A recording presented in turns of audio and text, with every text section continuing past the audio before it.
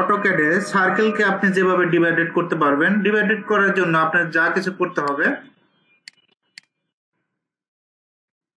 প্রথমে একটা সার্কেল নেবেন, সেটাকে এন্টার, সার্কেলটা আমরা নিচ্ছি 20 ইঞ্চি। এখন এই সার্কেলকে আমরা ডিভাইডেড করব। ডিভাইডেড কিভাবে করব?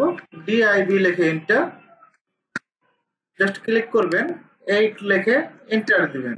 8টা ডিভাইডেড হয়ে গেছে। এখন একটা সার্কেলকে যদি আপনি 6টা ডিভাইডেড করতে চান, সেটা কিভাবে করবেন? সি লিখে এন্টার, এদিকে 15 ইঞ্চি একটা সার্কেল নেবেন।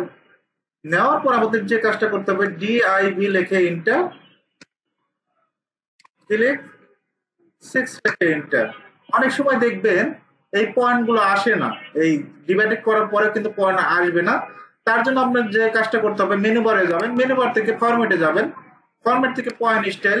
অনেক সময় দেখবেন যে এরকম হাইট থাকে, ডিভাইডেড হবে না। আমি আরেকবার দেখাচ্ছি। আমি যদি 18 ইঞ্চির একটা সার্কেল নিচ্ছি, সি লিখে এন্টার, 18 ইঞ্চি নিয়ে নিচ্ছি। এখন যদি আমি ডিভাইডেড করি, ডিভাইডেড কিভাবে করবেন? ডিআইবি লিখে এন্টার, ক্লিক 9 লিখে এন্টার, 9টা ডিভাইডেড করবে। এখন কিন্তু পয়েন্ট আসে না।